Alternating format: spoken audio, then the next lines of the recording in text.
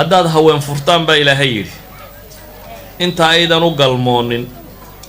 asaad see u magacawdeen meher waxa weeyaan nin iyo gabadh baa isguursaday meherkiina waa la sheegay markii shardi maaha yacni meherku marka hore in la sheego laakiin waa la sheegay markii guurku dhacayay waxaa la yidhi $10,000 $5,000 $1,000 baa meherku yahay waa la magacaabay $1,000 oo meheraa la sheegay ninkii inankii iyo inantii intaanay guri wadagelin baa la murmay la isqabtay waxaa la go'aansaday in la kala tago labadii qof gurina may wadagelin waana isqabteen waxay go'aansadeen inay kala tagaan maxaa la yeelayaa ilaahay wuxuu yidhi xukum ahaan waxa weeyaan farisfu maa faratum gabadhaasi mar haddaan loo galmoon oo looba iman oo ay cidlo kala joogeen meherkii waxay leedahay nus haaf bay leedahay badh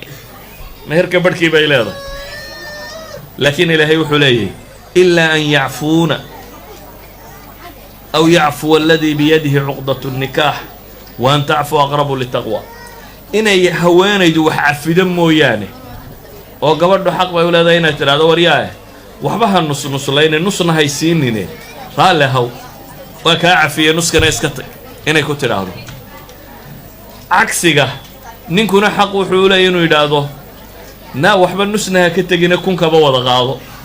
inuu wada siiyo ilaahay wuxuu leeyahy wa an tacfuu warragow inay wax cafidaan ayaa aqrabu litaqwa idan markay noloshu labada qof ugu adkayda ahayd inay kala tagaan ayaa ilaahay wuxuu leeyahy subxaana wa tacaala masalati alcaf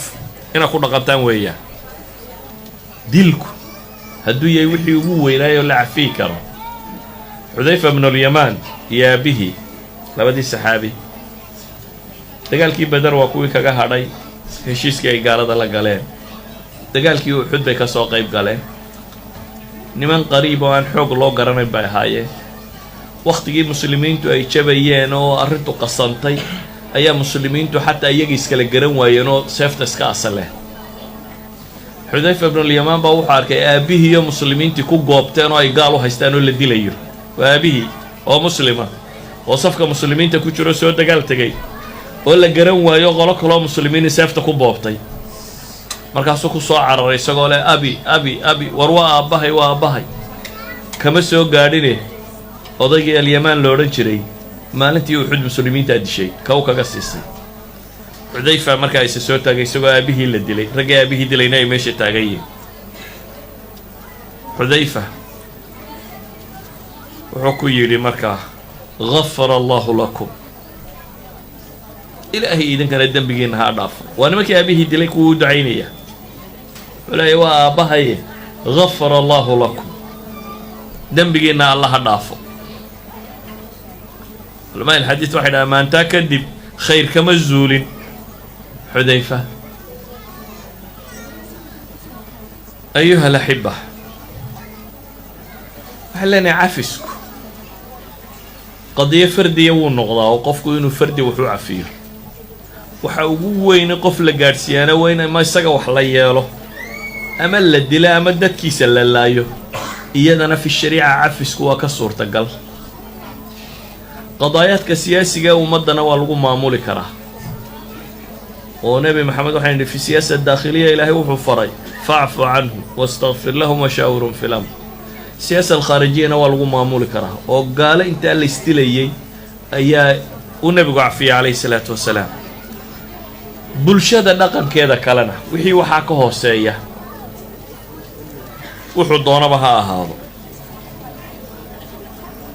qur-aanku wuxuu inooga warramayaa xaadiثat alifk iyana maxalu shaahidku maan tilmaamaya xaadiثat alifk maxay sheegaysaa nebiga calayhi salaatu wasalaam gurigiisii oo ceeb laga sheegay aan jirin ceebtaasi dadkii ismoodsiiyey waxaa ka mid a niman munaafiqiin oo ka qayb galay iyo niman saxaabo oo run mooday saxaabadii runta moodee warkan sheegay waxaa ka mid a gabyaagii muslimiinta ugu weynaa xasan ibnu thaabit ayaa ka mid ah waxaa ka mid ah nebiga gabadh ay xaaskiisa walaalayiin xamna bintu jaxash saynab walaasheed waxaa ka mid ah saxaabi yaroo kale oo mistax ibnu athath la yidhaahdo oo raggii soo hijroodaya muhaajira mistax ibnu athath hooyadii iyo abibakar waa habro wadaag marka Abi Bakar waalid buu ugu toosan yahay isla markaas Abi Bakar dadkii fuqarada ee muslimiinta uu nafaqay jiray wax siin jiray waxa kamid ah Mistax iyo hooyadii Mistax wuxuu ka qayb qaatay dadkii Caasha wax ka sheegay muddo bil aba warkaasi magaalada Madiina ku jiray oo Ilaahayna aanu waxyi ka soo dejin arrintaaba ka waramaya dad badan waxa la isku dayay laga dhaadhiciyay inay run tahay waxa kale وعرضي النبي wax laga sheegayo bil kadib baa Ilaahay qismada Quraan ka soo dejiyay sheegaya Caashi inay bari tahay wax ceebana inaanay sameeynin saxaabiga lagu hafraynay inuu isna bari yahay wax ceeb aanu sameeynin Abi Bakr radiyallahu anhu wuu carooday markaa ومن عادة أبي بكر ما قرنا يسوي تغانين أبي بكر nin aad u kulul buu ahaa markuu caroodo أبي بكر قصص كتب الحديث كوريان وانين كلول شرارة له لكن وحاها نين قبو أو قبسومي أو مركا ويسقبطه أبي بكر هو عراضي مركا وحكا عراضي نين كاتوليمية قرابة نما دوري واي إيه نتاير النبي محمد وقبا إلى واي إيه وحسينتي يد الدوري واي إيه كقايب قالي ويعنتمي ويدي نين كان ينصينا بيسوي كم من نقضه dadkii Caasha wax ka sheegay laakiin Abi Bakar waxaan dilayay baabka ma marinay wuxuu yiri waxba damba ku siin maayeen kala kaxee wuxuu go'aansaday ninkan inuu wixiisu ka haysto waa intaa Abi Bakar wuxuu go'aansaday ninka tolka iyo qaraabada ay yihiin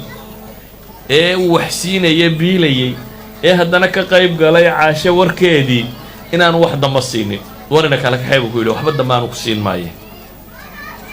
إلهي بالقرآن سود يا أبي بكر لا هضلي أنت لمده ولا يأتلي أولو الفضل منكم